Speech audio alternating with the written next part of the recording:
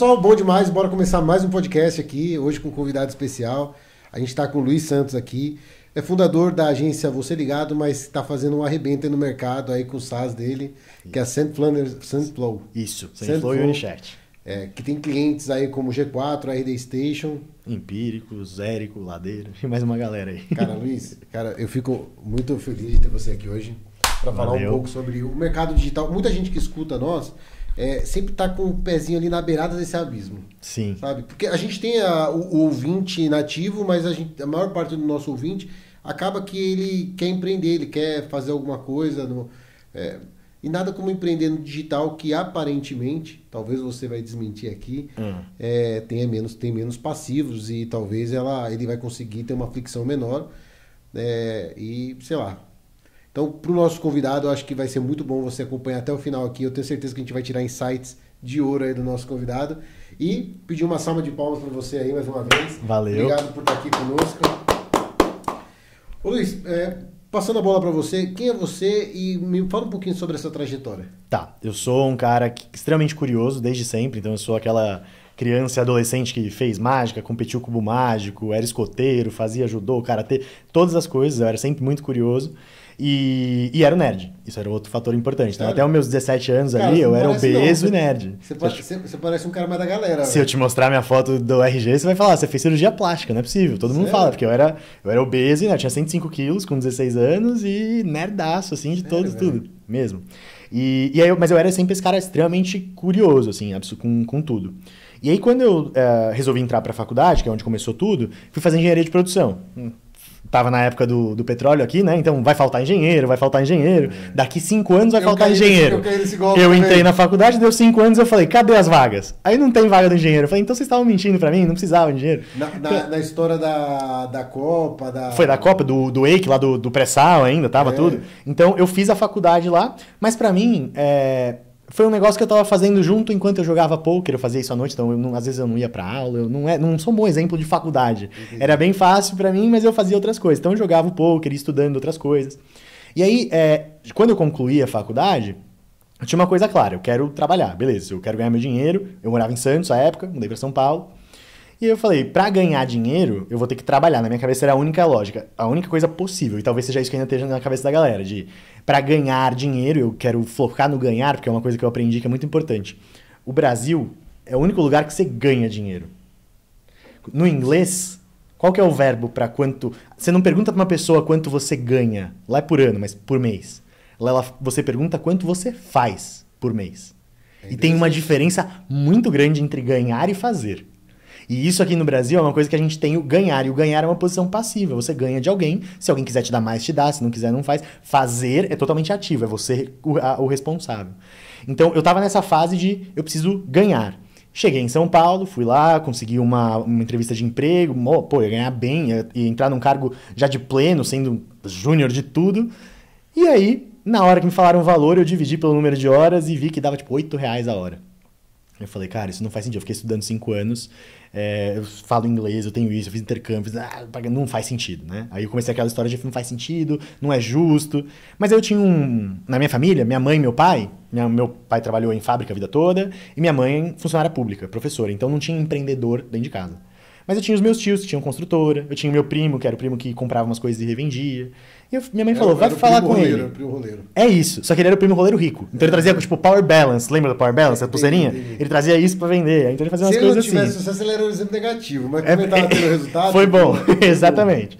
E aí, com ele, eu conversei, minha mãe falou, vai falar com ele. E aí eu falei com o Rafa, tô nessa situação e tal, não achei legal, ele tem 6 anos a mais que eu e também fez engenharia, fez outras faculdades. E ele falou, o que você sabe mais que os outros? Foi só essa pergunta que precisou. Eu falei, acho que inglês só. Isso em que ano? Era 2000, que eu me formei, 2015 para 16.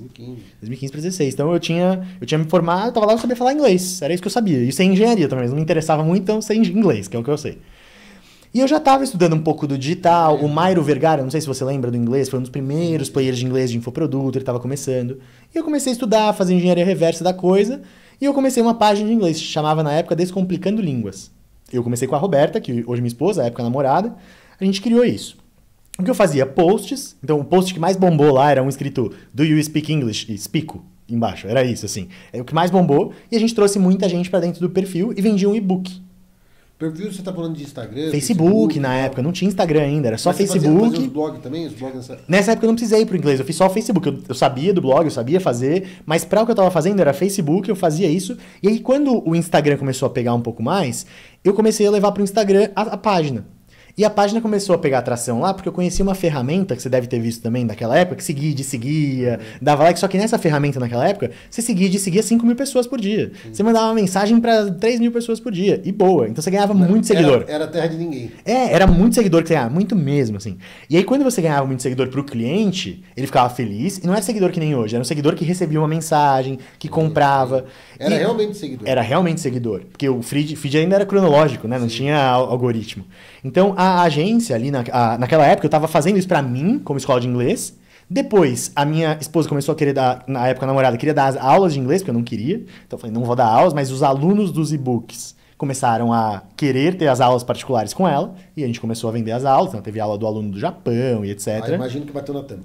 E aí, assim, não escalou até o infinito porque ela foi para os Estados Unidos fazer o programa de au pair. Então ela escolheu, que é um programa em que você estuda e trabalha, escolheu fazer isso. E aí eu não queria dar aula de inglês, eu não gostava tanto, então eu meio que entendi que eu havia descoberto uma nova habilidade. Porque as outras pessoas que eu conheci, meus amigos que tinham loja de suplemento, minha tia que vendia produtos de cerâmica, olharam pro meu Instagram e falaram, como você fez?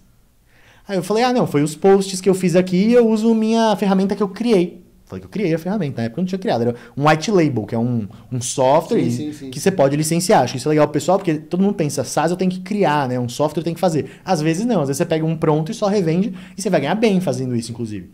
E ali eu tinha um white label. Enquanto todo mundo vendia o serviço, o software, a R$29 por mês, eu vendia um serviço de 1.500 com 12 posts e o software embutido. Os 12 posts davam resultado? Não, mas com o software embutido, dava. Porque os seguidores viam aqueles novos posts e a gente ia curtindo, fazendo tudo isso. Então, e aí o Bruno pediu, minha tia pediu, e a minha agência, a Você Ligado, surgiu dessa forma. Foi eu fazendo um negócio de inglês, começou a dar certo, as pessoas falaram, que legal, quero que você faça pra mim. Você faz? Faço. Quanto custa? 1.500. E foi. E aí eu comecei a fazer como agência. Então teve sempre essa curiosidade e essa... tem uma frase que diz, commit and then figure it out, que é, se compromete, depois descobre como. É sempre assim que funciona. Nada grande foi criado você falando, não, deixa eu planejar aqui até... Não, eu vou fazer isso aqui. Como? Não sei. Elon Musk, vou fazer o foguete da ré. Como? A NASA, que tá 50 anos foguete, não consegue. Ele falou, eu vou fazer. E ele foi lá e deu um jeito. Ele acreditar, né? Ele acreditava, ele procurou o caminho. E continuou até dar certo, né? Não vai dar, não deu certo. Não, até dar certo eu vou fazer isso. Então, eu tava ali começando e comprando a ideia. Vamos fazer. E aí, quando eu mudei para São Paulo, que eu estava ainda indo e voltando o tempo todo, mudei definitivamente, a agência começou a pegar mais tração, a gente começou a ter o escritório que eu comentei ali na Bandeirantes, em São Paulo, chegou a mais de 20 pessoas. Veja, eu tinha 23 anos, 20 pessoas para mim é um monte de gente, e eu era um moleque de tudo, eu não sabia gerenciar nada, assim. Então, a gente estava lá, e o meu sócio era um outro moleque também, da mesma idade que eu, que estava fazendo a mesma coisa. Mas imagina que até era, talvez até o gostoso da coisa, né? Porque acaba que ficava uma coisa mais... Mas não tinha uma grande seriedade, assim. Porque os dois estavam querendo fazer o melhor para ganharem dinheiro, era esse o objetivo, mas não tinha mais além disso. Então a gente estava lá fazendo isso. Só que tinha essas 20 pessoas e no final do mês eu olhava a margem e falava, puta, não é legal. Que foram aqueles clientes que eu te falei de Água Lindóia, aí a gente fez o logo do Maurício Matar, o logo do Aras do... Você começou a ter muito passivo, muito trabalho com pouco resultado. E aí quando eu olhei para isso, eu comecei a ficar puto da vida. E comecei a reparar que tudo que eu fazia para todos os clientes era a mesma coisa, que foi o que eu chamei de método DANO na época, que era diagnóstico, atração, nutrição e oferta. Eu faço um diagnóstico do negócio, quem é o público que eu preciso trazer, atraio essas pessoas para que eu forme minha base, nutro elas com conteúdo para criar relacionamento e faço uma oferta. Ponto, como sempre foi, um funil.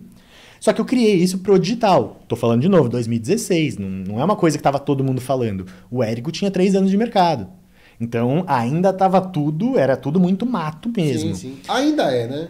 Hoje em dia já tá mais maduro, mas ainda é muito mato. Ainda tem muita coisa que passa. Eu só falo isso pelo fato de que a toda semana aparece uma ferramenta nova, um dispositivo novo. Exato. Você começa, até o algoritmo começa a seguir linhas de raciocínio, talvez mais lógica, talvez menos lógica, mas teoricamente se desenvolvendo também. É isso. App mudando. Então, assim, isso é o que estava acontecendo ali naquela época que eu estava fazendo. E eu, puto, descobri que tinha um método, descobri o diagnóstico, o dano, falei, vou vender uma consultoria. Porque até então eu entendia que eu tinha que fazer para valer dinheiro. Tinha que fazer pela pessoa, que é onde está o maior dinheiro. Você pode fazer para a pessoa. Só que depois eu descobri que também tem dinheiro em ensinar como fazer, mostrar como fazer, ensinar como fazer junto e fazer pela pessoa. Então tem valor em todos esses. Boa. E aí o que eu comecei a testar foi, então ao invés de vender o serviço, eu vou vender uma mentoria, ou uma consultoria, o nome que a pessoa quiser, que ela achar mais interessante, e vai ser 4 encontros, um para cada coisa. Eu vou passar o diagnóstico, a atração, a nutrição, a oferta e vou fazer isso com 10 negócios. Depois que eu fizer com 10, se tiver funcionado, eu gravo um curso e lanço. Eu fiz com os 10 negócios, todo mundo gostou, fui formatando melhor, óbvio que foi ficando mais claro também. E aí quando eu terminei com os 10, eu vi que tinha dado certo, eu tinha os meus depoimentos ali, porque as pessoas tinham feito, elas estavam em reunião comigo, acompanhando, e o mais legal foi eu ver que eu sozinho estava gerando o faturamento inteiro da agência, sem precisar de mais ninguém para entregar. Claro que era a minha hora, mas sem precisar de mais ninguém me entregar. E aí, ali mudou um paradigma. Eu resolvi não ter mais agência física. Falei pro Vitor, não tem agência, vamos fechar isso aqui. Era o sócio antigo, não tenho mais a sociedade com ele, fecha isso aqui. Ele falou, não, eu vou continuar, só que eu vou ficar com um estúdio só de design. Chamou Rain Studio, não sei se ainda segue. Eu continuei com o Você Ligado, com o nome. E aí, eu comecei a vender os meus cursos com o método Dano. Lançamento, como? Eu fiz o primeiro lançamento, coloquei todo mundo no grupo de WhatsApp, fiz a oferta do método Dano. Já tinha gravado o curso? Não. O que eu prometi? Você vai receber o método Dano ao vivo. Das mesmas eu não dava 4 encontros? Mesmo jeito, só que agora ao invés de ser individual, vai ter 50 pessoas com você, sei lá quantas pessoas. E na primeira turma foram 25, de um produto de, na época, 497. Pra mim foi bom, comecei a rodar o negócio. Imagino que essas primeiras turmas aí você deve ter, o resultado seu foi lá em cima, porque você deve ter investido pouco em tráfego, pouco em criativo. Nada, foi só convidando, divulgando ali. Você pegou os caras que você já sabia que precisava. Que estavam na minha base, que já me seguiam por algum motivo, seja lá o que fosse, que estavam no meu perfil do Instagram, estavam acompanhando por algum motivo. E aí eu fiz essa venda, e na época, tava todo mundo começando a falar do digital, né? Então tinha uma demanda do momento também por isso. E aí eu fiz a consultoria, continuou vendendo a 8 mil, 10 mil, era o que eu vendia, e continuei vendo o curso a 497. Pula para 2019... O curso ele era como se fosse o perpétuo daí. Aí ele ficou no perpétuo, só que eu vendia no lançamento também. Então o que o Ladeira faz hoje, que ele ensina de você ter o produto e depois fazer os lançamentos, era o que eu fazia ali na época. Só que era um perpétuo velado. Então eu vendia no meu direct, eu não vendia fazendo anúncio. Só no lançamento é que as pessoas sabiam que eu vendia. Pegava um tom de exclusividade ali também. Exato. Fiquei fazendo isso.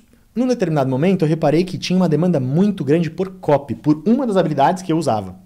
Então assim, estratégia legal, mas copy, que é a redação publicitária, a comunicação persuasiva, tinha uma grande demanda. E não tinha ninguém no Brasil falando. Eu tinha acabado de voltar para os Estados Unidos para morar com a minha esposa, que ela estava morando lá. E aí eu falei pra ela, seguinte, ou você ou eu vamos ser os especialistas de copy. Ela trabalhava lá nos Estados Unidos, ela tinha também uma loja na Amazon, então ela sabia fazer já o SEO e a copy pra Amazon lá, que é uma coisa bem legal. E eu falei, ou você ou eu. Ela falou, não, então eu vou. E aí ela foi e resolveu trabalhar na área de copy. Primeiro ela trabalhou ali com os meus clientes e depois a gente começou a lançar os produtos dela. Mesma lógica. Na época fizemos um e-book. Não recomendo fazer e-book hoje mais, tá? Só fiz porque era o que dava pra fazer na época. Foi o 16 gatilhos mentais pra usar no seu negócio. Depois que a gente fez o e-book, começamos a criar os produtos, aí foi montando a esteira. Então teve o Além das Palavras Lucrativas, que era o produto de entrada, tinha a formação Além das Palavras Lucrativas, que era esse em que nós formávamos os alunos e depois fazíamos um programa de estágio, onde eles escreviam para empresas e podiam ser contratados, a gente tinha 35% de empregabilidade. Então ali foi quando a gente começou a trabalhar e ter lançamentos maiores. Aqui foi quando nós começamos a investir 50 mil no lançamento, e aquilo que eu falei, 50 mil antes... Para se tudo der certo, se tudo for como o planejado, colher o dinheiro no final. E ali foi quando a gente começou a fazer alguma coisa, então era 2019, 20, fazendo então esses lançamentos com 50 mil, 100 mil e retornando 400, meio milhão, era isso que estava acontecendo naquela época. Top. Aí no ano seguinte veio a pandemia. Naquela época não é... Dá para fazer esses números ainda hoje? Dá, mas esses números que eu falei em específico, por exemplo, investir 50 e voltar 500, talvez você faça no primeiro lançamento, talvez você faça em lançamentos menores. Em lançamentos grandes é pouco provável. Quanto maior o lançamento, menor a escala. O número que a gente costuma trabalhar, o sweet spot, é 3, o ROAS. Então, se você investir $500 mil, retornar pelo menos 1,5. É isso que é o esperado. E aí, em 2020, veio a pandemia. Que eu já ouvi o Érico falando em outros lugares e outras pessoas que, assim, foi muito ruim, mas ao mesmo tempo foi bom para o digital. Sim, sim. Eu, enquanto empresário, tenho que ver uma oportunidade e aproveitar. Sim. Que triste que muitas pessoas morreram. Eu perdi pessoas, beleza, mas tava rolando essa oportunidade. Sim. E ali, qualquer coisa eu estava vendendo. E todo mundo começou a crescer nesse momento. E nós tínhamos um produto bom, com uma estrutura boa. Eu sempre me preocupei muito com o produto, porque tinha que ser bom. Eu não acreditava em vender qualquer coisa. Uma parte boa é que você já tinha desenvolvido o produto quando chegou a pandemia, né? Não foi no meio da pandemia que você tentou acelerar o carro. Já tava, a gente só pegou o produto que já vendia e começou a colocar mais gente pra dentro. E a minha mãe é pedagoga, então assim, eu fui criado, falei que eu era nerd, não é porque eu queria, é porque ela falava assim, vou tomar a matéria. Como é que é tomar a matéria? Lê tudo isso aqui, eu vou te perguntar, e se você não souber responder igual tá no livro, volta e estuda mais. E é igual tá no livro. Então era assim que eu estudava. E eu levei muito a sério essa questão de educação pra frente, né? E durante 2020, 2021, foi quando a gente começou a acelerar, porque tinha caixa, o produto era bom, estava validado, tinha muitos estudos de caso, e a gente começou a colocar mais dinheiro nos lançamentos. Aí 2020, investia 100, 150, 200, 2021, 250, 300, aí 2021 no final, $500 mil no lançamento de uma vez, vamos ver o que dá. No outro, 750 pau, vamos ver o que dá. Caraca. Então a gente foi escalando para ver até onde chegava, a elasticidade do preço, para validar qual preço que eu ia usar e até onde eu podia escalar. Qual foi o maior fio na barriga que você teve com relação a essa elasticidade do seu investimento versus... Cara, foi os 300 mil. Os 300? Porque os 750, é porque assim, tava vindo de 50 a 100. Foi de 100 para 300. E aí de 100 para 300 eu falei, porra, se der errado e não vender... Porque tava vindo com 100 e voltando 400, 300 depois. Mas esse 300 aí, você, no meio do percurso, você aumentou a verba ou não? Não, ficou 300. Foi 300. Eu planejei desde o começo 300. Tá. E o custo do lead estava previsto dentro daquele número, foi aquilo. Só que, de novo, tá o custo né? por lead. Total, é um cagaço do cacete, mas... era um cagaço porque eram as primeiras vezes. Uma vez que você faz 30 vezes a mesma coisa, é estatística. E aí você vai ter a variação, mas é probabilidade. Então, tem que aceitar. É a regra do jogo. Né? É que 300 mil também era 3 vezes mais. Não chega... Por exemplo, eu imagino que do 10 mil, quando você foi do 10 mil para 50 mil, às vezes é 5 vezes mais. Mas não deu tanto medo. Porque tomar um tombo de 50 mil era mais de boa do que tomar um de 300 naquela época. O de 300 machucava. Porra, pesão. O de 300 machucava naquela época. Pô, a gente tava em 2020. Era... muito mais dinheiro do que é hoje. Hoje já é muito dinheiro. Antigamente era muito mais. Era muito. Então, coragem. Então, assim, era pesado. E a gente estava trabalhando só com uma especialista naquela época, que eu falei, bom, vamos diversificar. Eu tinha o meu terapeuta, que eu tinha conhecido, que era o psicólogo, o Dr. Alberto, que é sócio até hoje, e ali a gente começou a lançar os produtos dele de formação em logoterapia, que é uma das vertentes. E aí foi um segundo projeto que começou a escalar bastante. O dele foi lançamentos que a gente investia 200, até 300 mil a gente já chegou a investir. Nunca passou muito disso, porque a logoterapia é um tema mais nichado mesmo, ela é uma vertente da psicologia bem específica. Extremamente específica. Então, e que não é ensinada nas faculdades, e tem um puto estigma por trás para você chegar até a pessoa falar, quero comprar. Então a gente sempre trabalhou com ele, e aí existiam outros especialistas que nós íamos testando. Teve o pastor, teve de balão, teve de várias coisas que a gente foi trabalhando ali no meio do caminho. Mas o mercado de infoproduto é louco, tem curso de yoga. Foi muito bom ou foi muito ruim? Assim? Cara, de balão foi muito bom. Foi bizarro, foi assim. Foi muito bom. A gente investiu 50 mil e voltou 800. O louco, velho. Foi o mais bizarro que eu já vi na vida. Porque assim, é balão... Mas o que ensinava? Então, é balão profissionalizante. Porque assim, quando eu falo balão, o que você pensa quando eu falo balão? Não, eu pensei que fosse profissional mesmo. Mas você imagina o que, balão? Eu imaginei o cara, sei lá, dirigir o balão, não sei. Não, é balão. É que se você chamar de bexiga, eles ficam putos, que é aquelas bexigas. Só que eles fazem aqueles... e o cara escultura vende? De balão, cesta de balão. Tá. E ele vende. Só que isso, a gente vendeu o curso a 1.000... Não, mas não tipo o cara faz o cachorro. Não é do cachorro, isso aí é outro. É o do que ele pega os balões, que não são bexigas, os balões e combina. E aí vira um dinossauro gigantesco. Como se fosse vários pixels. Isso, e cada coisa dali dá um dinheiro. Então, assim, é um produto de renda extra que qualquer pessoa de casa consegue fazer. Legal. E aí, esse produto a gente investiu 50 mil e voltou 800 mil. Assim, foi o mais bizarro de todos. Se o cara, sei lá, vai no restaurante, o cara pode fazer um garfo gigante. Pode fazer o que for. Sei lá, no Jurassic Park ele faz tem aquelas cestas, tem o pessoal que faz as cestas também com um balão em cima. Então tem uma infinidade de coisas que dá pra fazer. E tem festas grandes. A festa do filho do Faustão, se não me engano, foi 400 mil de balão. Ô, louco. 400 mil de balão. De balão. Por isso que eu levei a sério o negócio. Depois que eles começaram a me falar os números, entendeu? Eu falei, caraca, eu não sabia que era assim. Mas foi muito bom. Só que é atípico. Não é comum isso acontecer. Não é comum. Tanto que no segundo eles quiseram fazer outra coisa, a gente começou a trabalhar, mas a gente preferiu depois não seguir. Então, Validamos vários nichos. Esse foi o mais bizarro de todos, sem dúvida alguma, e o resultado mais bizarro também. Caraca, legal. Legal. Tem muita. É que na verdade o que acontece? Ele é acessível para todos, né? Sim. Tipo assim, por mais que a pessoa não compre, se você fizer uma cópia fodida, imprimindo um gatilho de tipo realidade sua versus esforço versus essa possibilidade aqui. Exato. E eu acho que você pegou um monte de gente de aventureiro, que provavelmente nem abriu o curso direito. Não, assim, teve bastante gente que já acompanhava eles porque eles eram famosos. Os três eles eram famosos desse nicho, eles são famosos, então, o cara fazia do Faustão, não é qualquer um, então gente famosa. E eles tinham alguma base já, então isso rolou. Mas sim, são pessoas que fazem como um part-time. É um negócio que ele faz paralelo e ganha um dinheiro. Então é um negócio paralelo. Por isso que vendia muito, porque é renda extra. Renda extra é um nicho muito bom. Porque o cara consegue fazer com pouco esforço. Então ali foi quando a gente estava variando e esse foi o melhor resultado. Só que tem uma frase que eu gosto muito. Na época, talvez você saiba, talvez não. Na época do garimpo, quem que ganhava mais dinheiro? Quem vendia pá. Então, eu sempre pensava, beleza, tá todo mundo lançando, mas o que todo mundo que lança usa? O que não dá pra fazer o lançamento sem? Aí vem as coisas que a gente sabe. O e-mail, que era uma coisa que pegava, tal. E aí entra onde você começou a virar o jogo. Exato. A nível de startup, de software e tudo mais. Foi. Porque eu estava pensando só em educação, começamos a criar alguns softwares internos para melhorar a educação. Então, para o aluno ter um método, antes de ter IA pronta, para o aluno ter um método que a gente ensinava num software para ele preenchendo, para facilitar a vida do cara. Então, a gente foi desenvolvendo algumas coisas e isso abriu na minha cabeça a possibilidade. Eu sei que é possível. Aí já surgiu a Sendflow, não? Não, isso aqui ainda era eu trabalhando com os devs para fazer projetos internos para os alunos, para melhorar a qualidade de estudo. Foi quando eu comecei a ter contato com tecnologia, com desenvolvedores. E que eu falei, olha, não é tão difícil assim desenvolver?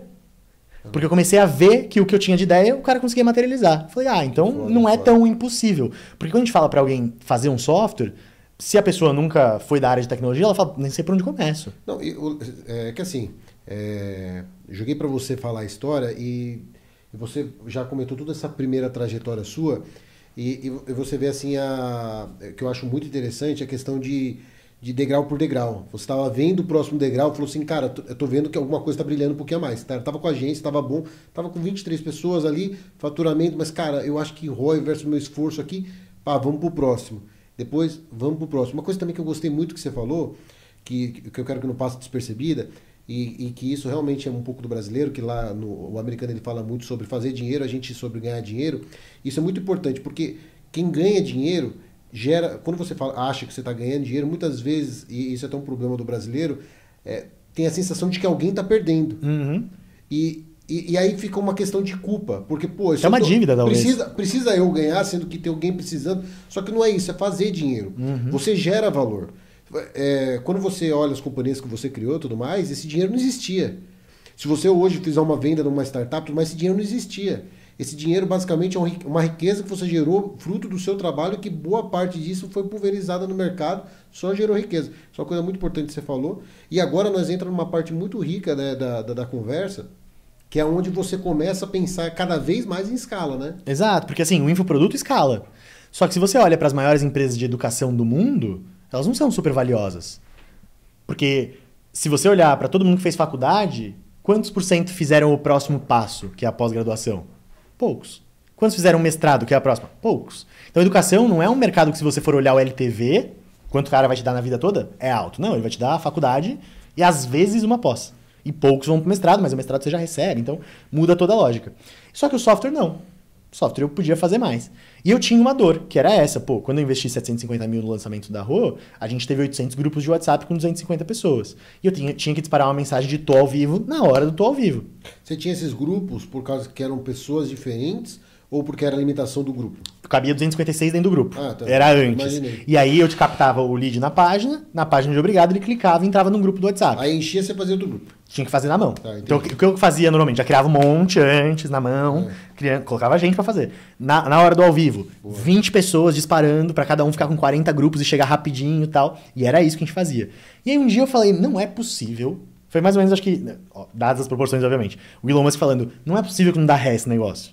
Que a gente toda vez joga 1 bilhão no lixo, toda vez que sobe um foguete. Nossa, cara, eu imagino que você ainda mais, né, porque já desenvolveu uma solução e tudo mais, quando você olha assim, sei lá, o mercado, cara, a gente pode olhar aqui pro setup das câmeras, tudo, sei lá, pro um Word, que é um pacote Office da Microsoft. Você olha, eu imagino o tanto de coisa que você fala, cara, esse negócio aqui tá tão burro, velho. Não, muito, muito. E tem coisa que eu começo a ficar chato demais com softwares agora, até com os meus, assim, tipo, se meus devs devem me adorar, mas é assim, tá 1 centímetro pro lado errado. Eu sou esse cara que olha e sabe que tá 1 centímetro errado. E eu falo, isso aqui tá errado. E aí o cara fala, não tá. Eu falo, olha lá.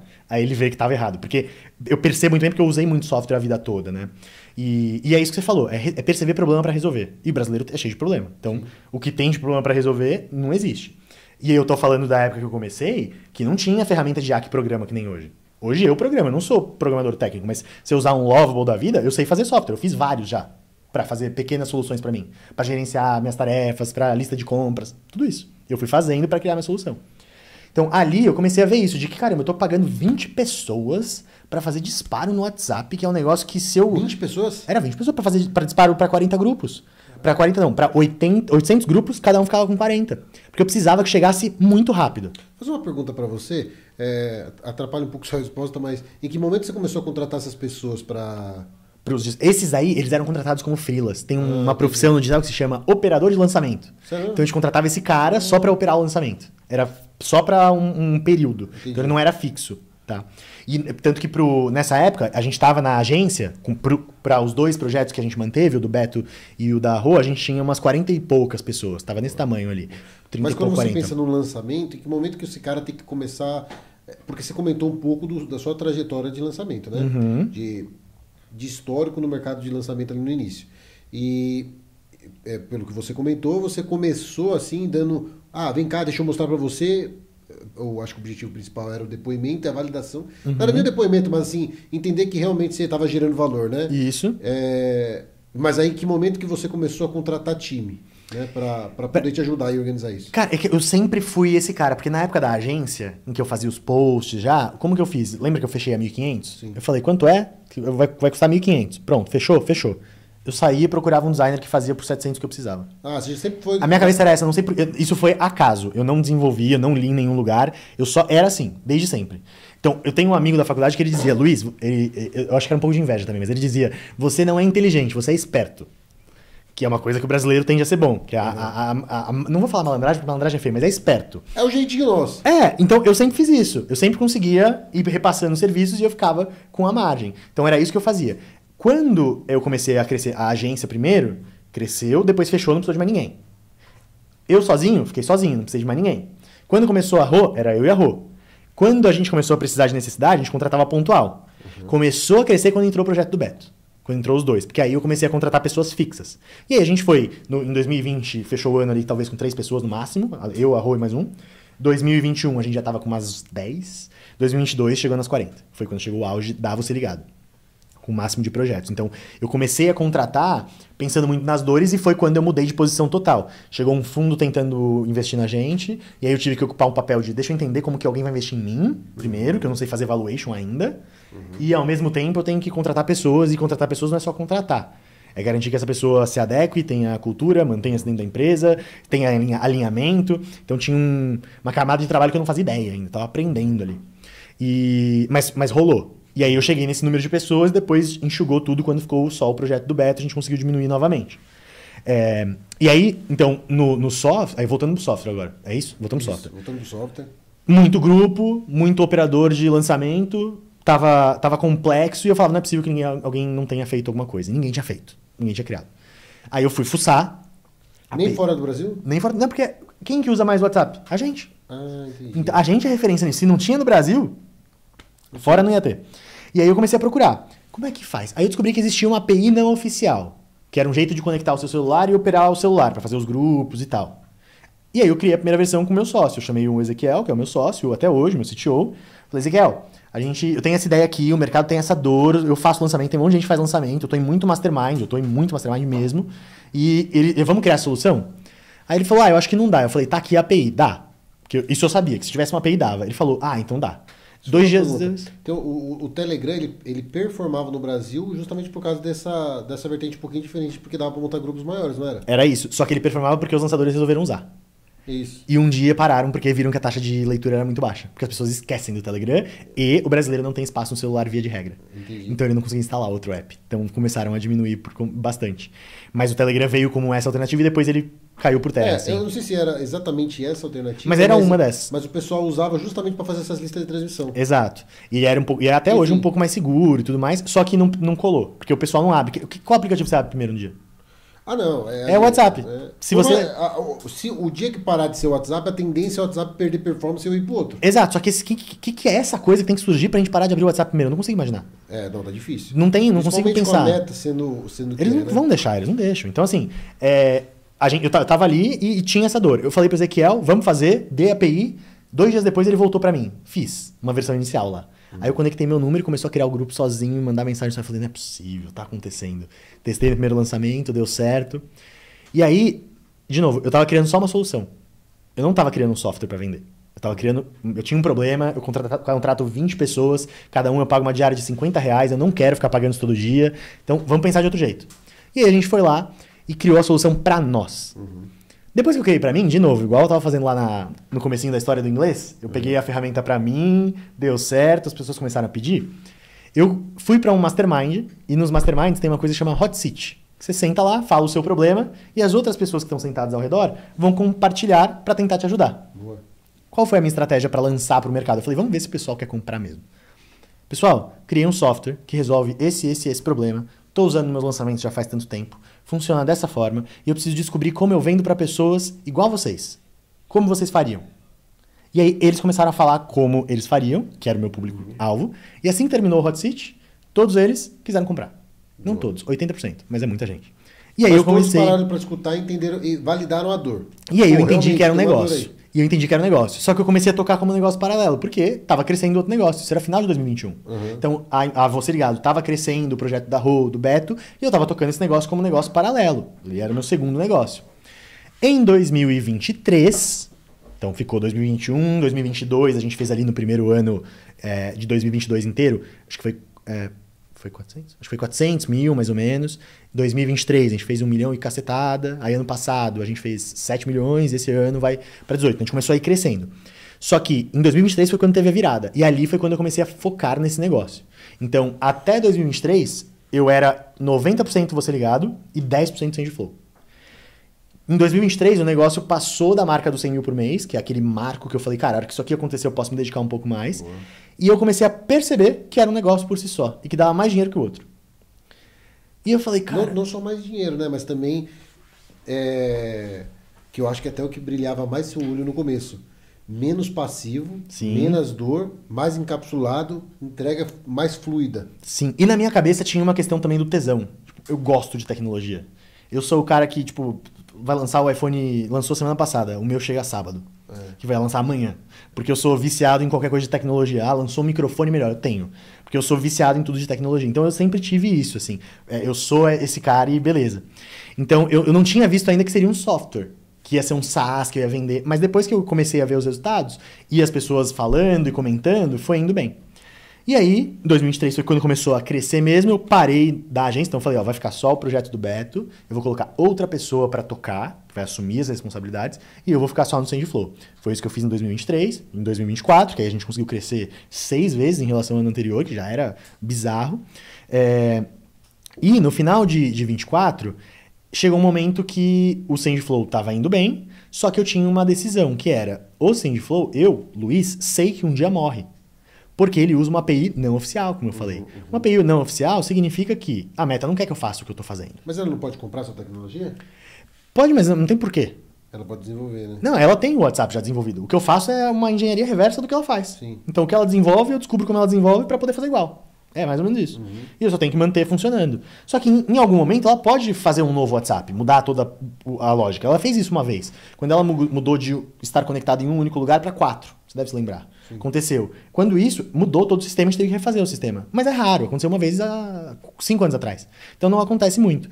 Só que o simples fato de eu saber que um dia acaba me fez pensar. Porque eu dizia, se acabar, não é possível que eu, com essa equipe foda e com caixa que a gente tem, não sejamos capazes de criar outro software. Era a minha primeira resposta. Sim. Só que a minha segunda resposta começou a ser, eu preciso resolver isso agora. E aí foi quando eu comecei a questionar, tá, o WhatsApp as pessoas vão sempre usar, eu tô fazendo não oficial. Por que não fazer um oficial? Segundo, o ManyChat, que é um grande concorrente, um grande player que tá Hoje há você tá virando anos... CRM. Virei um CRM, mas o ManyChat tá no mercado desde sempre, desde que eu existo. No mercado já existia, fazendo Messenger do Facebook e tudo. E aí veio na minha cabeça, por que não tem um concorrente no ManyChat? Porque não tinha. Outubro do ano passado, não existia concorrente ainda direito. Não. Ninguém fez. Talvez não relevante, né? Não, assim, não relevante... Acho que o segundo colocado é aquela história que a gente tava falando, né? Tipo, tem 0,5% do mercado. Era muito pequeno, era muito irrelevante.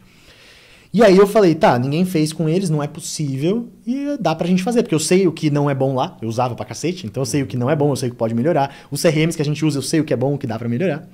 E aí a gente foi e montou a nossa plataforma de API oficial e de Instagram, pensando em o que eu faço para que quando esse negócio aqui morra, eu possa ter outro que continue, mas, o mais importante, este negócio que eu crio tem que ter pelo menos metade da base podendo vir para cá, do antigo. E 100% do público do SendFlow pode... Aí você fritou a cuca. Mas é que tá, 100% do público do SendFlow tem que usar a API oficial. Tem que, né? Tem que, é obrigatório, porque eles vão ter que usar. Eles usam o ManyChat. Então, quando eu fiz isso, eu tô conseguindo migrar grande parte da base e eles estão ficando com os dois softwares, porque eles precisam dos dois. Então eu consegui aumentar o meu LTV, o CAC se manteve, não existiu nesse caso, né, do Unichat, e a gente criou essa nova plataforma pensando em como eu faço que esse cara fique mais comigo, que eu resolva mais o problema dele e que ele tenha uma solução que atende às dores. E acho que o importante disso tudo é que, quando eu falo atenda às dores, é porque desde o começo a minha preocupação foi produto e suporte. Não tinha área de marketing até o meio de 2023. 2024, quer dizer. Era por 3 anos, cresceu... Você tinha só solução, mas você não tinha comunidade muito... Não tinha comunidade você tinha, comunidade né? tinha porque o pessoal indicava. Mas não tinha, por exemplo, uma conexão direta Não, a marca ainda não tinha sido usada por grandes nomes, não tinha tantos cases usando, então a gente não tinha patrocinado eventos. Pô, agora a gente teve no evento do Ícaro, o Novo Mercado ao Vivo, palestrei lá para 3 mil pessoas, o Fire, que é para acho que foi 12 mil pessoas esse ano, 3 dias lá em BH. Então a gente começou a patrocinar esses eventos e também ser visto pelos outros players. Hoje eu posso dizer que quase todo mundo usa e as pessoas sabem quem usa, porque quando ela vai entrar no grupo do WhatsApp, tá lá escrito SendFlow. Então ela sabe que é do SendFlow. E aí isso foi ajudando muito a criar esse efeito de rede, comunidade, de indicação. E por isso que eu nunca precisei de marketing. Porque a rede de indicação era muito boa até meio de 2024. Para escalar, porque eu queria que eu precisei fazer marketing. Então, ali que a gente mudou esse viés. E para o Unichat agora, mesma coisa. Não tinha equipe de marketing, só produto e suporte. Tinha 12 desenvolvedores antes de eu lançar o software. O SendFlow tem 3. E não precisa de mais do que isso. O Unichat, antes de eu lançar, tinha 12 já. Então, eu tive que fazer um movimento muito maior, porque era uma coisa muito mais complexa. Eu estou falando de um CRM. E aí, se você fosse chutar, por que eu escolhi CRM? Eu acho que é porque o cara joga a base de dados dele ali e, teoricamente, você vai fidelizando ele, né? A gente, quando tem, por exemplo, softwares, sei lá... O que eu acho uma dor muito grande do presente... para morrer as redes sociais, é a quantidade de conteúdo que nós estamos colocando lá e cada vez mais o nosso lastro está ficando maior. Sim. Então, sei lá, eu imagino que quanto mais informação e mais você está próximo à venda, mais próximo você está do dinheiro. São duas coisas. Uma você tá perto, que é... A gente tem que ter o cara... Eu perdi a linha de raciocínio, mas eu vou voltar agora. Por que ele vale mais, né? Por que é mais interessante? O CRM tem um switching cost muito alto. Então, o custo de troca dele é muito grande. Quantas vezes... Talvez você tem iPhone. Você já deve ter pensado várias vezes em trocar para Android. Só que o custo da troca, porque parece melhor, porque parece mais interessante, isso. É muito alto. Você fala, vou perder iMessage, vou perder isso, não vai... Que geralmente a dor é ao contrário, né? O cara fica com dor de vir pra Apple por causa disso. E a mesma coisa do outro lado. Então você tem um custo. Quando o cara tá com CRM aqui dentro, as informações de venda, as informações do lead, tudo isso, o histórico dele na empresa, ele tende a trocar menos. E a segunda coisa... A fricção de troca, né? Primeiro, e o segundo, das top 10 empresas de tecnologia mais valiosas do mundo, as 3 primeiras são CRM. Salesforce, HubSpot e a HubSpot também? Infusionsoft. São as 3 maiores. Então, de tecnologia para marketing, né? Então, quando você olha, são essas. Então, eu tinha a capacidade de desenvolver um software, eu conheço as dores do público, e o mais legal de tudo, depois que a gente fez o SendFlow, hoje a gente tem mais de 6 mil usuários ativos, depois que a gente fez o SendFlow, a gente tem uma comunidade que eles falam o que eles querem. Então, para criar o software, o que eu falei? Gente, eu vou fazer um software que vai fazer igual o ManyChat. O que não pode faltar?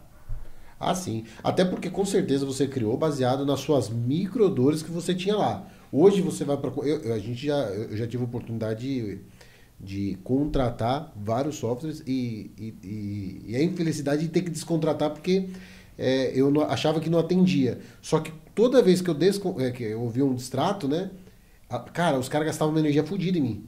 Pô, mas por que você tá desligando esse negócio, né? Tô falando de software, principalmente a minha principal área, construção civil e tudo mais. Cara, mas por que você vai desligar tudo mais? Tá, me explica. Mesmo que já meio tomada a decisão, eu vou pro outro, tal. É na entrada e na saída. No meio, foda-se. Isso. No meio você deixa o cara, porque o que acontece? O cara tá... Alguém tem que vir de fora e trazer uma solução muito mais robusta, e tem que ser bem mais robusta, porque o cara precisa tirar aquele CRM ou aquele ERP, cara, é uma dor fodida. E todos os ERPs, vou dar um exemplo do meu concorrente, o ManyChat. Se você quiser exportar qualquer coisa de lá, é um inferno. E na verdade, no fundo, os caras fazem de propósito. Eu não faço. Se quiser parar de usar o ManyChat, você exporta tudo. Eu deixo lá. O cara pode exportar o que ele quiser. Mas é porque eu sigo essa lógica. A mesma coisa de contatos. Eu falo, cara, não faz sentido eu limitar os contatos, então bota 100 mil pra todo mundo. Aí você vai no ManyChat, é 4.300 por mês, o que eu cobro 3 mil um semestre. Então você consegue ter umas diferenças. Então, faz muito mais sentido o cara estar contigo, né? É essa a lógica. E se ele quiser sair, tudo bem.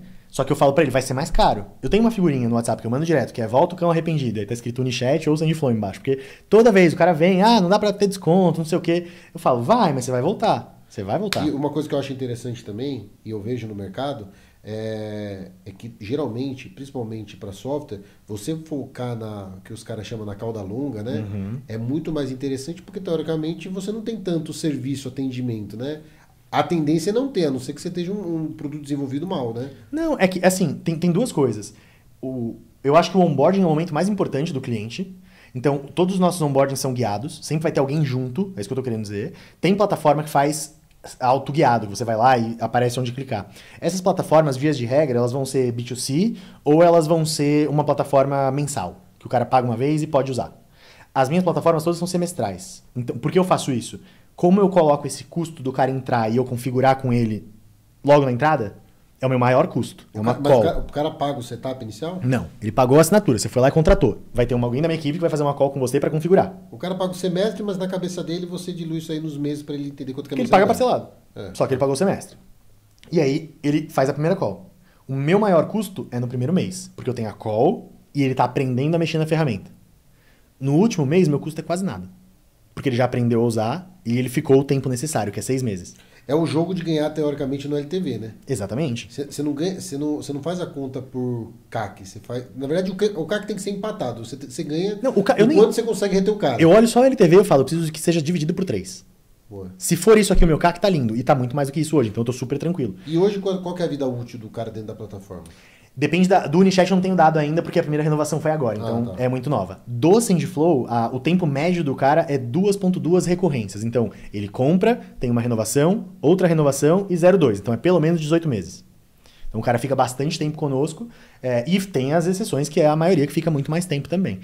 E é um dado que você ainda vai aprimorar muito nos próximos meses, nos próximos anos.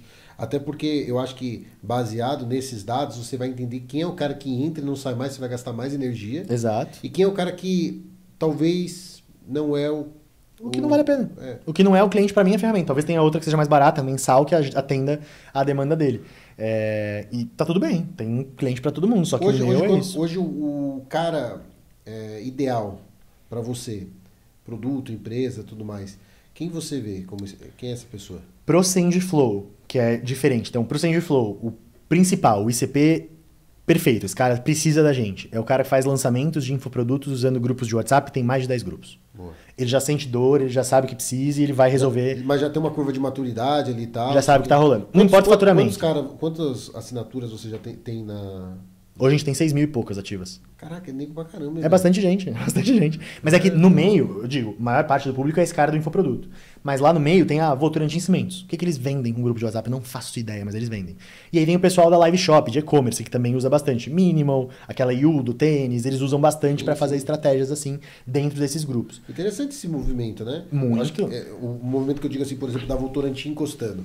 Aí você fala assim, pô, se esse cara tá utilizando, eu preciso gastar uma energia aqui para saber por que esse cara tá Não, usando. Pra virar, isso é um negócio curioso, tá? Pra você virar pra Votorantim Cimentos poder virar seu cliente, você tem que preencher um formulário de 15 páginas. Pra eles poderem ser seu cliente. Sim, sim. É um negócio, você sabe, você tá acostumado com essas coisas, é muito mais. Eu não tava, pô, o cara me pagava e boa. De repente o cara falou, então, pra eu poder comprar, eu preciso que você preencha isso aqui. Eu falei, deve ser meu nome, CNPJ e as informações pra emitir nota. Não. Aí era um puta negócio gigantesco. Então foi isso, mas usa pra todo o nicho. Então esse é o público-alvo do Sendflow. No Unichat eu falo, é todo mundo que usa o WhatsApp pra vender. Você tem um negócio e usa o WhatsApp pra vender, você deveria estar usando o Unichat. É literalmente todo mundo. Porque nele você tem disparo, você constrói fluxo, você faz automação, você tem o CRM, você constrói a sua inteligência artificial, você faz tudo ali dentro. Você tem clientes de rede de franchise? Cara, tem uma comunidade e tal? Tem uma que fechou agora para o Unichat em específico, e eles fecharam, acho que se não me engano, são 20 unidades mesmo de primeira. Que aí foi um cara que fechou e foi implementando nas 20. E aí ele é o dono da conta agência, e todas as franquias são subcontas que ele tem acesso. Então ele pode ver as métricas de cada uma delas, a movimentação de cada uma delas, então você consegue ter isso. Com o time pra gente tentar dar uma olhada. Pois é, dá pra fazer muita coisa. Uma coisa que você me falou também, que eu fiquei refletindo, sobre ser um app não oficial, né? Me veio, por exemplo, à cabeça a trajetória do Spotify, que teoricamente ele também começou assim como uma solução, no caso dele, mais clandestina, tal, mais porque ele rompia... Eu acho que é a mesma coisa. Legalmente é no mesmo nível, eu acho. E você acha que tem muito isso, tipo assim, isso é uma tendência da pessoa vir rompendo o mercado para trazer uma solução? De certa forma, sim, né? Nesse caso em específico, não tem na API oficial grupo. Não existe. Então, meio que é o único jeito de fazer. Só dá pra fazer com a não oficial. Mas eu não sei se esse cara necessariamente se precisa romper com isso, sabe? Eu acho que é só... O que vai ser difícil as pessoas se acostumaram a ter funções que elas têm hoje usando o Sendflow com os grupos de WhatsApp, que não existem no WhatsApp. Exemplo, se eu mando uma enquete para 100 grupos, a mesma enquete, eu tenho que olhar enquete por enquete no celular para ver as respostas. Eu não consigo ver a resposta de todo mundo. No Sendflow, eu consigo mandar para 100 grupos, todas as respostas aparecem numa tela única, e se eu perguntei por que você não comprou o produto? A resposta 1 é porque estava muito caro, a resposta 2 é porque não deu tempo, e a resposta 3 é porque eu esqueci. Isso é organizado por exemplo, IA ou não? Não, isso aí vai vir em uma enquete, ele vai pegar as respostas, mandei no grupo para 100 grupos, veio as respostas. O cara que respondeu que estava o preço alto, eu mando uma mensagem para ele falando, fulano, eu vi que o preço estava alto, 10% off. O cara que falou que não conseguiu comprar porque perdeu ontem, recuperei para você o desconto, toma aqui e usa esse link. Uma comunicação ultra personalizada. Então, isso não dá para fazer sem ser com uma plataforma terceira como a nossa. Você teria que ficar fazendo 1 a 1. Aí você aumenta o seu...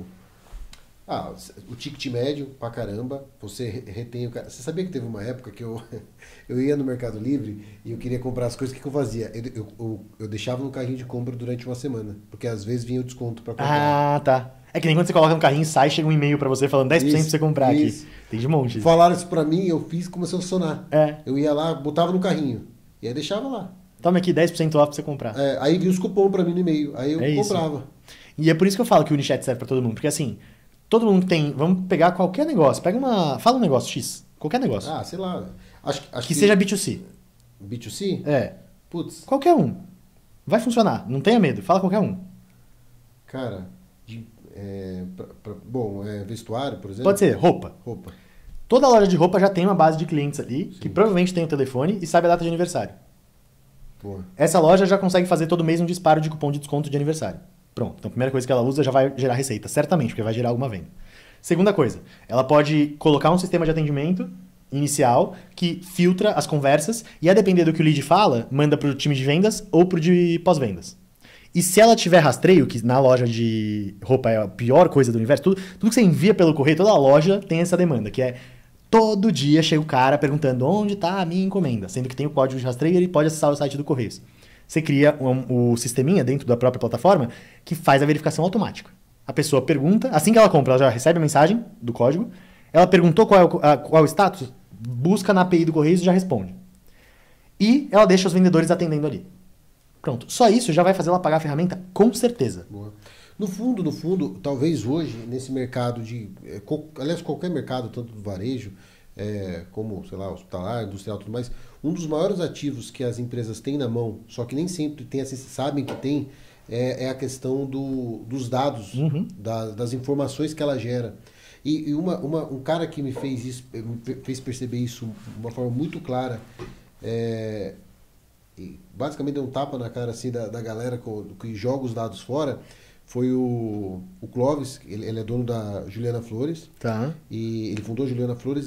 A cada 10 flores que se vende, 7 é dele. Eu acho que na América Latina, um negócio assim. Uau. É um negócio fodido.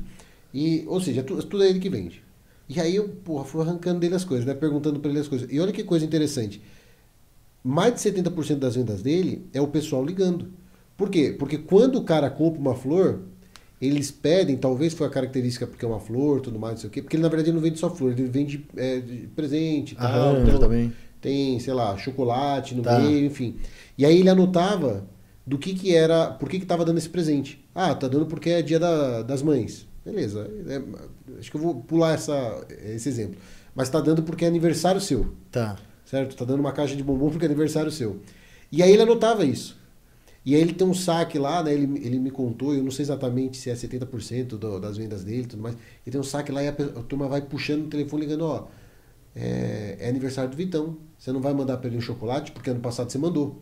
E aí, moral da história, ele tá criando uma máquina de venda online em cima do sistema só por causa de dados. Com CAC zero, porque esse cara já comprou. Com CAC zero. Então, assim, compensação. A diferença dele ser uma floricultura com e-commerce pequeno e tudo mais, e ele ser o cara que ele é hoje, com uma máquina que, com certeza, se não tem que contratar um software como o seu. Exato. É que ele basicamente começou a apurar os dados dele e começou a alimentar e fazer aquilo ali virar uma máquina. Sim, só que hoje ele tem pessoas fazendo isso na mão. Na mão. E ele podia colocar uma IA. Isso. Provavelmente alguma coisa ele deve ter automatizado. Possível, IA, sim. Tudo mais. É que nada como uma boa ligação ainda para dar aquela cravada. Perfeito. Né? Mas eu acho que para flores não precisa. Não precisa. Eu acho que para tickets mais altos a ligação realmente é necessária, mas para flor, eu acho que você consegue converter ali no WhatsApp. E você que é um cara que entende disso, teoricamente você sabe que ele pode manter na unha, mas ele vai deixar isso como a última ponta. E custa muito. Então, mas ele vai fazer o seguinte, ele vai vir aqui, ó, é aniversário seu, já manda essa mensagem tantos dias antes. Já deixa a recompra, já cadastra o cartão, já vai. Passou. Cara, os 45 do segundo tempo você coloca esse cara aqui. Porque, teoricamente, se esse cara aqui custa R$10, mas ele vende 50, também não tem problema manter esse cara. Mas o que vai dar resultado, claro, é sempre uma tecnologia, pô. Porque você vai conseguir reduzir custo. Não, pra caramba. Se talvez hoje... Primeiro, que você vai trabalhar 24 horas, né? Não pode no Brasil hoje contratar ninguém por 24 horas, mas a IA pode. Então já ajuda um pouco. E você consegue tirar muito... E aí uma pergunta, né? E o que eu faço com o povo então? Ou você demite ou você realoca. Não tem outra opção. Sim. Ou o cara não tá servindo mais, que pena, não dá. Mas se o cara é realmente bom no que ele faz, com certeza ele vai ser realocado para outra função. Sim. Nem que seja aprender a configurar a IA. Mas ele vai ser realocado, né? Não tem jeito. Como que você começou a acoplar... como está acoplado e o que você entende da IA hoje, né, nesses mercados? Cara, assim, IA já dá para fazer um mundo de coisas. Dá para fazer muita coisa mesmo. Então, vou dar um exemplo besta. A gente tinha uma newsletter do estilo da The News. Você conhece a The News? Que é uma que tem de notícias diárias, tá? Uma newsletter bem legal, a The News. Eu acho que é uma das poucas que eu não cancelei lá. Então, que tem a The News, The Business, tem um monte. Eu montei uma igual, que era feita por uma IA e conseguia fazer tudo. Tá. Pesquisava, fazia. Foi nesse ano, a gente ficou rodando de janeiro até agora. A primeira página se chamava. Então, a gente pegava as notícias, ela fazia uma curadoria, escrevia os artigos no mesmo tom que a gente escrevia antes e já publicava dentro do Beehive. Então, dá pra fazer. Mas assim, o que eu tô vendo ser mais útil e que talvez a galera ainda não esteja vendo é para acelerar a produtividade de todo mundo. Então, na empresa, todo mundo tem que saber usar IA, primeira coisa. Então, todo mundo tem que saber usar. Eu criei uma regra que todo mês alguém tem que criar uma IA nova. A área tem que criar uma IA nova. Você acha que isso se aplica para qualquer empresa hoje? Com certeza, porque senão você vai ficar para trás. Assim, a IA tá tão democratizada que você aprende no YouTube, pô. É o que eu tava te falando, você aprende a usar IA perguntando pra IA. IA, como que eu posso usar você melhor? Ela vai te contar. Então, e isso eu tô falando de um chat GPT, que é um modelo de linguagem, que você vai conversar ali. Mas aí quando a gente pensa nos negócios, como que os negócios estão usando? Eu vou falar o meu uso enquanto diretor. Eu uso para montar plano estratégico, eu uso para fazer minhas fichas de cargo, eu uso para fazer a ficha de contratação. Eu uso para ata de reunião hoje. Eu tenho a IA que entra lá. Deixo lá tanto da Gemini quanto... O ChatGPT não, mas da Gemini lá, quando eu vou no vídeo... Eu tenho uma plataforma que eu contrato, que eu não entro na reunião, porque às vezes tem 2 simultâneas, 3 simultâneas, mas ela vai. E ela me dá o relatório. Mesmo que eu não esteja na reunião. Loucura, né? Então eu tenho essas coisas que vão fazendo. Isso tudo, eu acho que assim, o pessoal pode pensar, mas custa $1.000. Não, é ferramenta de $10, $12, é assim. Se juntar todas as ferramentas de IA que eu pago, e são muitas, porque eu contrato muitas para testar, dá menos que um estagiário. Ainda assim, porque não é tão caro, né? Então, assim, primeira coisa é essa, de nível estratégico, você vai usar para fazer as coisas que antes você negligenciava. Deixa eu contratar o cara, deixa eu fazer uma ficha de cargo. Não, eu sei o que ele precisa, deixa eu contratar aqui. Então você consegue fazer essa primeira coisa. Segundo, você começa a colocar para produtividade. Então você coloca todos os níveis da empresa para usar. Como que a área de suporte usa melhor uma IA? Eu não vou colocar IA para fazer o suporte de um SaaS, porque é ruim, não é legal ainda. Mas eu posso deixar um IA para dar suporte para minha equipe. Para antes de chegar na minha líder, ir para lá.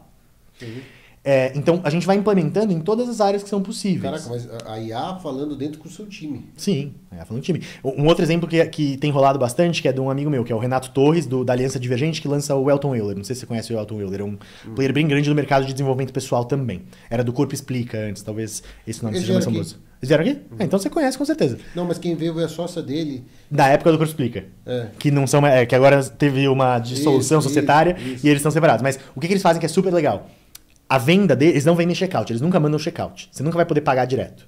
Na hora que eu aplico para comprar o produto, eu não posso comprar, eu vou aplicar. Então, um formulário. Preencho lá meu nome, o que eu quero, qual é o meu objetivo, por que eu estou aplicando, não sei o quê. Eles têm uma IA que lê aquilo, escreve uma mensagem personalizada inicial e manda pro lead. Oi, fulano. Aqui é não sei quem, da equipe do Elton, eu vi que você quer atingir tal objetivo, e se você... toda a copy e manda, customizada, uma para cada pessoa. E eles estão fazendo resultados bizarros, eu acho que... Eu não vou lembrar os números, mas assim, esse ano eles vão fazer 180 milhões, sei lá, uma coisa assim, nesse nível, com infoproduto. Quanto que o G4 faz hoje de infoproduto hoje? Cara, eu não... Eles são o maior player hoje de venda? De infoproduto... É que o caso deles não é aquilo que eu estava falando, não é só infoproduto, né? Porque tem muita coisa é um híbrido. Se a gente for pegar de infoproduto, quem mais vende é a Fluency Academy. Sério? Que é de inglês, de idiomas, que é do Ravi Carneiro. Sim. Eles foram os primeiros a pegar a placa. Placa não, capacete de 500 milhões de comissões da Hotmart. Então eles são os que mais vendem, com certeza. Se a gente for olhar na história, quem mais vendeu com infoprodutos? O Érico. Teve um ano que ele fez 300 milhões. Na pandemia. Caraca. Ano passado ele fez 160 com margem de 42. Caraca. Então, assim, ele... mas diminuiu. Mas é porque era pandemia. A gente sabe que era distinto. Então, esse cara em 2 anos fez $500 milhão. Então, com certeza, ele já passou do bilhão faturado ali. Então, esses com certeza são os que mais vendem. Mas aí, esses são os famosos. Com certeza tem um maluco vendendo yoga pra cachorro e fazendo muito dinheiro. Tipo, reiki pra cachorro, tem de verdade. Como cuidar de coelhos, tem curso de tudo. E fazendo muito dinheiro. Então, esses acho que são os maiores, assim, que mais venderam, né, no sentido. Você acha que, por exemplo, hoje tem espaço para fazer esses mesmos números com o mesmo setor? Cara, tem, mas cada vez vai ser mais difícil e você vai ter que ser mais criativo. Então, o Érico, ano passado, fez esse número fazendo uma Black Friday muito foda.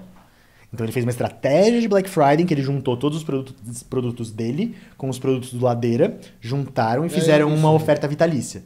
Só que eles fizeram antecipado 3 vezes o caixa. Então quanto custaria o produto? 3 mil. Eles vão fazer vezes 3 para antecipar 3 anos, cobra 9, acesso vitalício. Ponto. Vitalício, mas vitalício tá de hoje para trás. De hoje para trás. E dos cursos que estavam definidos que vão sair. Atualizações, não. Então, essa que é a lógica. E aí eles fizeram essa estratégia, prepararam todo ano, fizeram muitos criativos muito bons. Então, o casamento do lançamento com o Perpétuo. Foram várias estratégias boas que culminaram nisso, num resultado muito grande. Então, assim, não é do dia pra noite. Se a gente for olhar o Ícaro também, do Novo Mercado, também tem grandes resultados ali. Então, tem muitos players que têm muitos bons resultados. Eu tô falando mais dos de mercado de infoproduto, que são os que eu conheço. Sim. Mas quando a gente vai pra fora também, a Fluency, sem dúvida, é o que mais vende. Assim, eles compraram uns 10 influenciadores, professores, no meio da pandemia ali. Compraram? Compraram, assim, tipo, influenciador. Compra uma parte? Não, 100%. 100%? Sim, agora seu negócio não existe mais, você é influenciador aqui, toma o seu salário, toma o dinheiro pelo seu negócio e você dá aula na Fluency. Isso? Sim, compraram uns 10.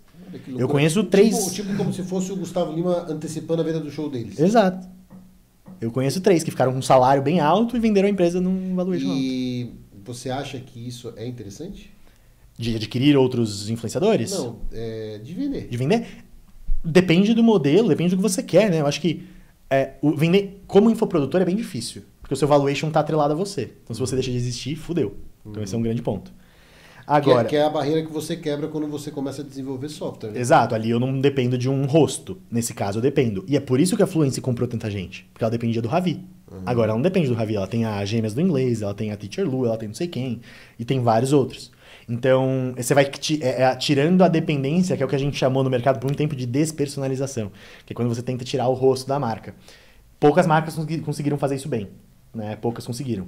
O G4 até hoje tenta. Eles têm uma marca G4 muito forte, mas o Thales, o Nardon e o Alfredo são tão fortes que é difícil gritar mais alto que eles, né? Mas eu acredito que um dia eles vão conseguir, que é o objetivo. Então... Que talvez nem faça sentido tirar agora, né? Não, agora não. Eles estão aproveitando pra caramba o momento, a rede social ainda... Tem uma construção pessoal também fodida. Exato, então não tem por que não. Mas pensando no todo, é importante porque o seu múltiplo vai ser fatalmente alterado, né? Então, se... Quando eu fui vender a Você Ligado, lá em 20, eu vendi um pedaço dela, né, de 25%. Ali eu tinha uma opção e os múltiplos que a gente estava trabalhando em 2021 era de mais ou menos 6 a 7 vezes o EBITDA. Era isso que a gente estava olhando. Por que foi esse número alto, sendo que tem rosto? Porque eu tinha 2 rostos. Então já era um pouco mais diluído do que um rosto só. Legal, tem isso então aí. Isso é uma facilidade. Então, se você é uma agência que tem 10 especialistas, que eu não recomendo, porque inevitavelmente você vai ter conflito de interesse, e você vai ter 2 urgências, e você vai pagar mais. Óbvio, é natural que funcione no cérebro assim. Então, eu não recomendo isso. Mas quando você tem mais, você fica mais diluído, então, portanto, você tem menos riscos, e aí sua empresa vale um pouquinho mais. Só que no infoproduto é isso, é bem difícil acontecer um evento de liquidez de exit, assim, é bem difícil vender a empresa toda. São poucos os que fizeram, e quem faz é nesses modelos e que aconteceu uma vez. Tipo, a Fluency comprou por um período e depois cessou. Não teve mais compra. Então, tem que aproveitar o timing correto.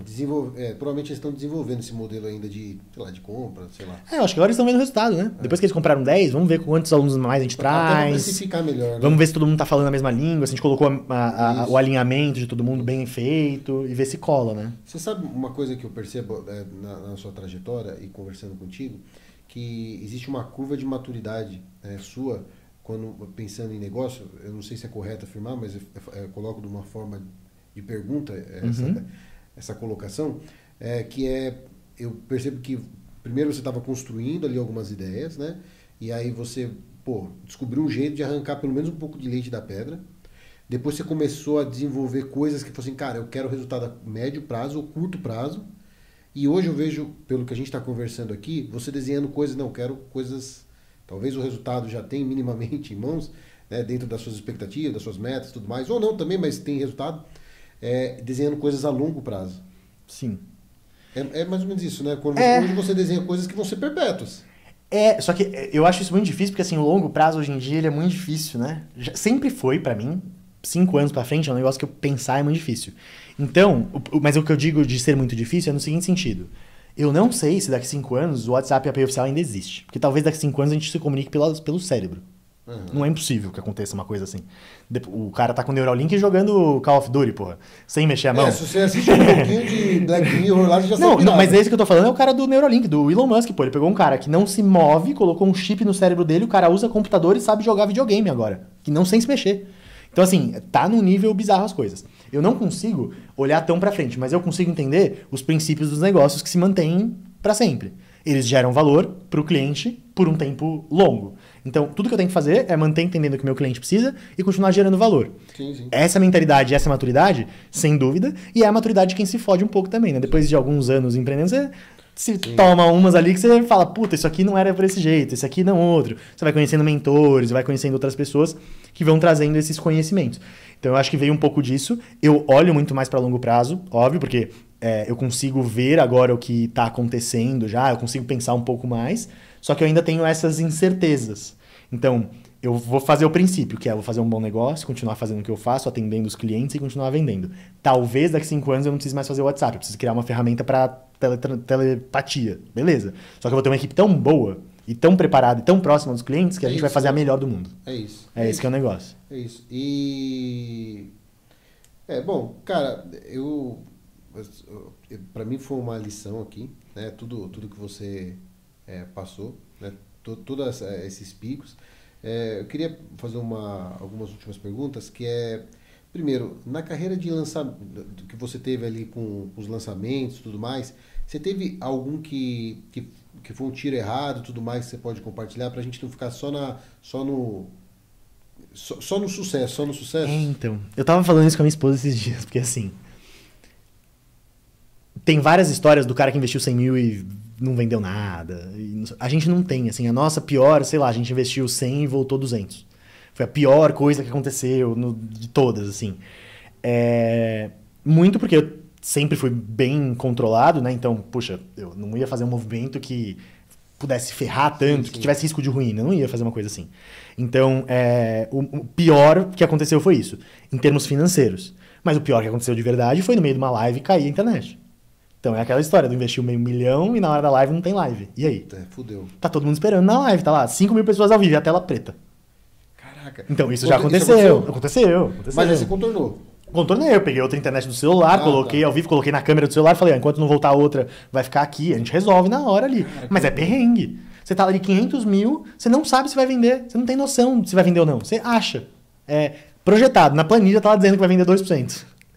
E aí você tem que ver como vai ser. Então, e isso também no SaaS muda muito, né? Porque hoje em dia é um modelo de perpétuo. Eu faço anúncio todo dia, eu vendo todo dia, tem recorrência todo dia.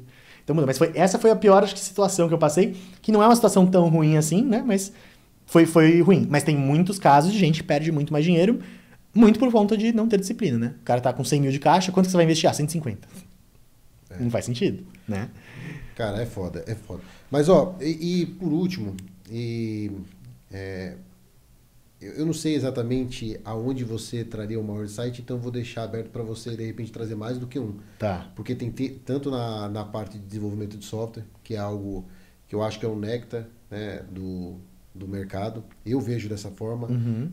Porque quando você fala de lançamentos e tudo mais, você tem muito da... Acho que um dos cursos que você pode dar é o seguinte, falando no começo do podcast, cara, eu era mais nerdinho, gordinho e tal, não sei o quê, mas na minha, acho que um dos cursos que você pode dar é construção de personalidade, porque isso daí não casa nada com o que a gente vê hoje aqui. Eu vou te mostrar, você vai ver. Porque você é um cara extremamente comunicativo, desenvolve muito bem na parte interpessoal, então, e geralmente o nerd ele tem essa... É tudo estudado, eu pratiquei, é só isso. É esse que é o negócio. Mas eu era esse cara aí que você tá pensando na cabeça.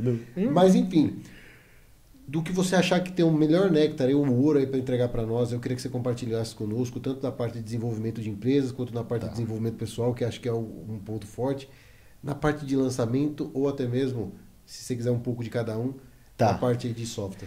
Tá, primeiro acho que para um geral / empresa. E também serve se você for colaborador ou qualquer coisa, não importa. É se adaptar. Tipo, é a habilidade mais importante hoje em dia. Não tem outra que seja mais importante do que se adaptar. A gente não imaginava que ia ter GPT, hoje tem. A gente não imaginava que ia ter o Manus que faz coisas no computador por você, e hoje tem. A gente não imaginava um monte de coisa, e hoje tem. E a pior coisa que pode acontecer é você ser o cara que, na época lá da datilografia, sério, dessa época, tinha curso de datilografia? O cara que foi lá, fez o curso, isso aqui é minha profissão, e hoje em dia a profissão daquele cara que ele ganhava dinheiro é uma habilidade que todo mundo tem que ter. Esse cara não se adaptou, esse cara ficou lá pra trás e ele ficou resmungando, dizendo, não, mas a datilografia é melhor. Então acho que adaptar é o mais importante, e foi o que a gente veio fazendo com o SendFlow, com o InChat o tempo todo. Então isso é... E eu acho que é aprender a estar nesse estado o tempo todo, porque você vai ter que se adaptar o tempo todo. Certamente você também teve isso de, não, tá tudo bem agora, de repente, pá! Aí você fala, puta, como é que ajusta pra isso? Você vai lá e ajusta. Então acho que para um geral é o adaptar-se. Para software, é uma outra coisa muito específica que eu acho que foi o maior acerto desde sempre. É não vender plano mensal. É ultra contraintuitivo. Mas é muito fácil de explicar. Eu sempre tive um concorrente que vendia plano mensal. Aí tem ouro. Eu sempre tive um concorrente que vendia plano mensal. Pelo mesmo preço que eu, mas mensal.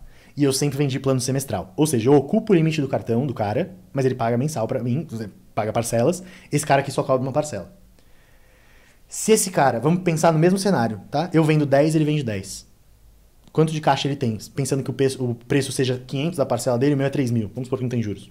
500 reais dele, vezes 10, ele levantou 5 mil de caixa.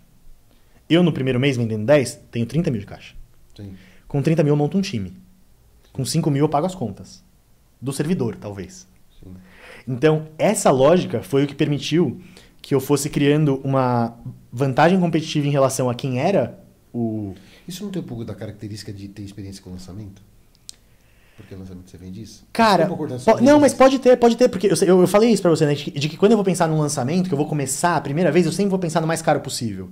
Porque vender 10 mil e vender 100 reais é a mesma coisa, é uma venda. Só que a pessoa pensa que vender 10 mil é mais difícil.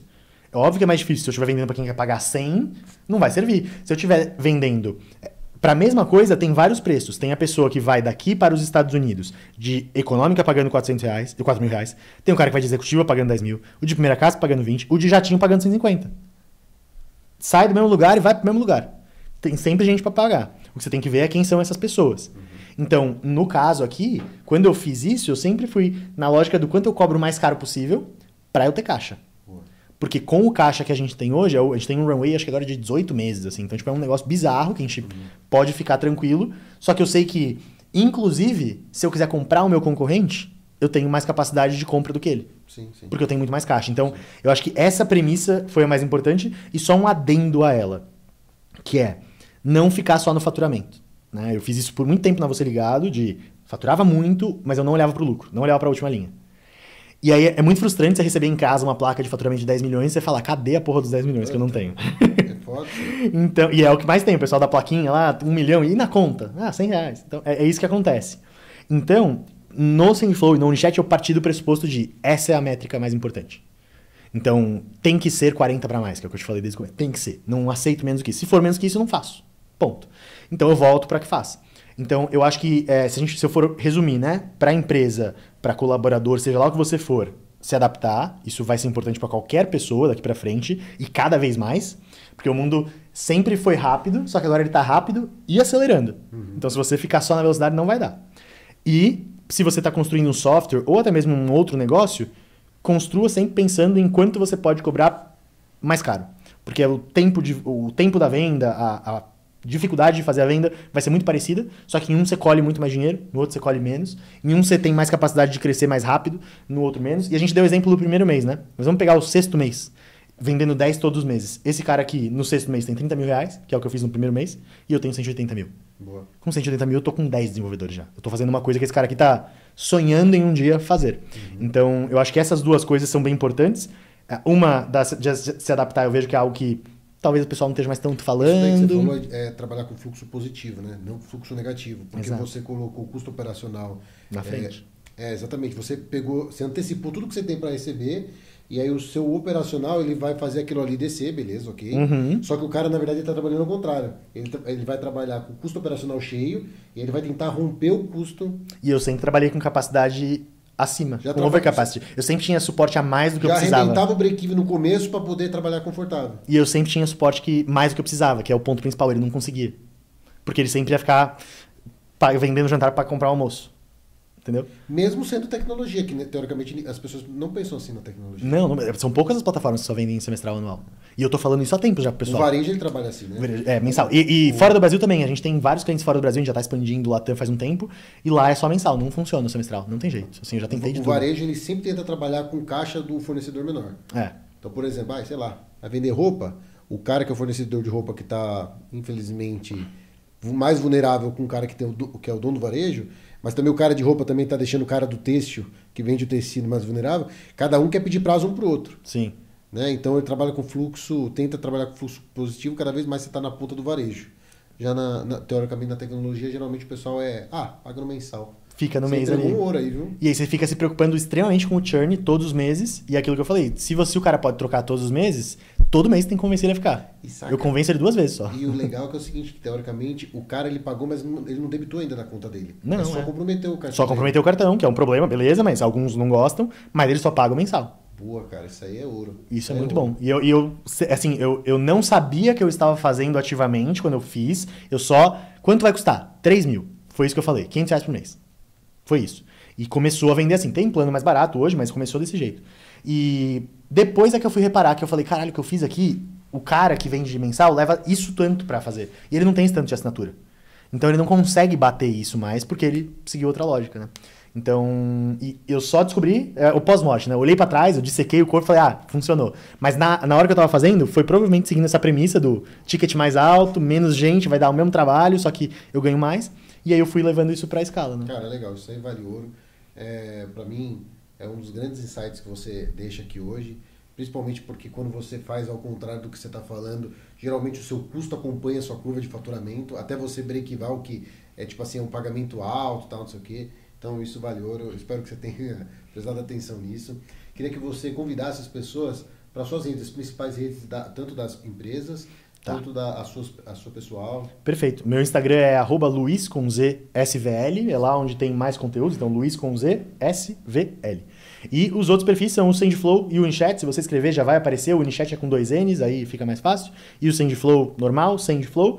Lá a gente tem conteúdo sobre o WhatsApp, você pode acompanhar mais, conhecer as plataformas, entender se é pro seu negócio, se não é. E no meu perfil eu posto mais sobre coisas gerais, sobre tecnologia, sobre as novidades da Meta e tudo mais também. Legal. Luiz, tem alguma coisa que eu esqueci de perguntar aqui que é interessante você compartilhar, que é algum lançamento que vocês estão fazendo, uma novidade? Cara, eu acho que só uma coisa que eu acho legal, que é uma coisa que a gente tá fazendo, que eu não deveria nem falar porque os concorrentes vão copiar agora, mas eu vou falar porque é uma coisa muito legal que eu tô empolgado pra cacete. Que é assim, as vendas pelo WhatsApp, hoje, tem um grande problema.